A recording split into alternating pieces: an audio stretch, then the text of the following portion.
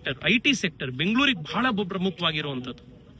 2047 ಇಸ್ವಿ ಒಳಗಡೆ ಪ್ರಪಂಚದ ಐಟಿ ಸೆಕ್ಟರ್ ನಲ್ಲಿ 10% ಶೇರ್ ಭಾರತದಿರಬೇಕು ಅನ್ನುವಂತಹ ಒಂದು ಆಂಬಿಷಿಯಸ್ ಟಾರ್ಗೆಟ್ ಅನ್ನ ಈ ಬಜೆಟ್ ನಲ್ಲಿ ಘೋಷಣೆ ಮಾಡಲಾಗಿದೆ.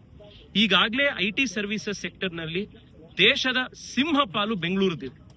ಆ ಕಾರಣದಿಂದನೇ ಇಡೀ ದೇಶದಲ್ಲಿ ಹೈಯೆಸ್ಟ್ ಪರ್ ಕ್ಯಾಪಿಟಾ ಇನ್ಕಮ್ ಇರುವಂತಹ ನಗರ ಯಾವುದು, ಶ್ರೀಮಂತ ನಗರ ಯಾವುದು ಅಂತಂದ್ರೆ ಬೆಂಗಳೂರಿದೆ.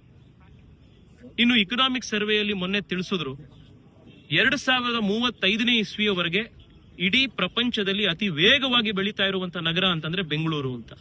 ಈ ಐಟಿ ಸರ್ವಿಸಸ್ಗೆ, ಪ್ರಪಂಚದ ಐಟಿ ಸರ್ವಿಸಸ್ ನಲ್ಲಿ 10% ಪಾಲು ಭಾರತದಿರಬೇಕು ಅನ್ನುವಂತ ಟಾರ್ಗೆಟ್ ಅನ್ನ ನಿರ್ಮಲಾ ಸೀತಾರಾಮನ್ ಅವರು ಈಗ ದೇಶಕ್ಕಿಟ್ಟಾಗ ಅದರಲ್ಲಿ ಸಿಂಹ ಪಾಲು ಬೆಂಗಳೂರದಾಗುವಂತದ್ದಿದೆ.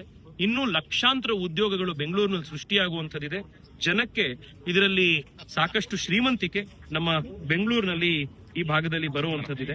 ಇನ್ನು ಕಡೆ ಒಂದು ನನಗೆ ನಮ್ಮ ಕ್ಷೇತ್ರದಲ್ಲಿ ನಿಮ್ಹಾನ್ಸ್ ಘೋಷಣೆ ಆಗಿದೆ. ಈಗ ಉತ್ತರ ಭಾರತದಲ್ಲಿ ಒಂದು ನಿಮ್ಹಾನ್ಸ್ ಮಾಡಬೇಕು ಅಂತ. ಈಗ ನಮ್ಮ ಕ್ಷೇತ್ರದಲ್ಲಿ ವೆಸ್ಟ್ ಬೆಂಗಾಲ್ನಿಂದ, ಬಿಹಾರ, ಉತ್ತರ ಪ್ರದೇಶದಿಂದ ನಿಮ್ಹಾನ್ಸ್ಗೆ ಸಾವಿರಾರು ಜನ ಪೇಷಂಟ್ಗಳು ಬರೋದನ್ನ ನಾವು ನೋಡಿದೀವಿ. ಅಲ್ಲೆಲ್ಲೂ ಕೂಡ ವ್ಯವಸ್ಥೆಗಳು ಇಲ್ದಲೇ ಇದ್ದಿದ್ರಿಂದ ಅವ್ರು ಇಲ್ಲಿಗೆ ಬರ್ತಾ ಇದ್ರು. ನಮ್ಮದಲ್ಲಿರುವಂತ ಜನಕ್ಕೆ, ಲೋಕಲ್ ಅಲ್ಲಿರೋ ಜನಕ್ಕೆ ಎಷ್ಟೋ ಸತಿ ಬೆಡ್ ಸಿಗ್ದಲೇ ಇರೋ ರೀತಿ, ನಮ್ಮ ಆಫೀಸ್ ನಲ್ಲಿ ನಾವು ಅದ್ ಬಂದು ಕೇಳುವಂತದ್ದು, ವೇಟಿಂಗ್ ಲಿಸ್ಟ್ಗಳು ಇವೆಲ್ಲ ಆಗ್ತಿತ್ತು.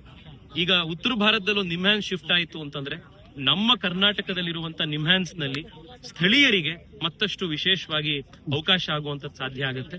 ಒಟ್ನಲ್ಲಿ ಕೃಷಿಕರಿಂದ ಹಿಡಿದು ಯುವಕರವರೆಗೆ, ರೈತರಿಂದ ಹಿಡಿದು ಮೀನುಗಾರರವರೆಗೆ, ವಿದ್ಯಾರ್ಥಿಗಳಿಂದ ಹಿಡಿದು ಐಟಿ ಪ್ರೊಫೆಷನಲ್ಸ್ನವರೆಗೆ ದೇಶದ ಎಲ್ಲ ಆಯಾಮವನ್ನ ಗಮನಿಸಿ ಭಾರತವನ್ನ future ready and future proof ಮಾಡುವಂತ ದೃಷ್ಟಿಯಿಂದ ಕೊಟ್ಟಿರುವಂತಹ ಬಜೆಟ್ಗೆ ನರೇಂದ್ರ ಮೋದಿ ಸರ್ಕಾರಕ್ಕೆ, ನಿರ್ಮಲಾ ಸೀತಾರಾಮನ್ ಅವರಿಗೆ ನಾನು ಮತ್ತೆ ಅಭಿನಂದನೆ ಸಲ್ಲಿಸ್ತೀನಿ. ವಿಶೇಷವಾಗಿ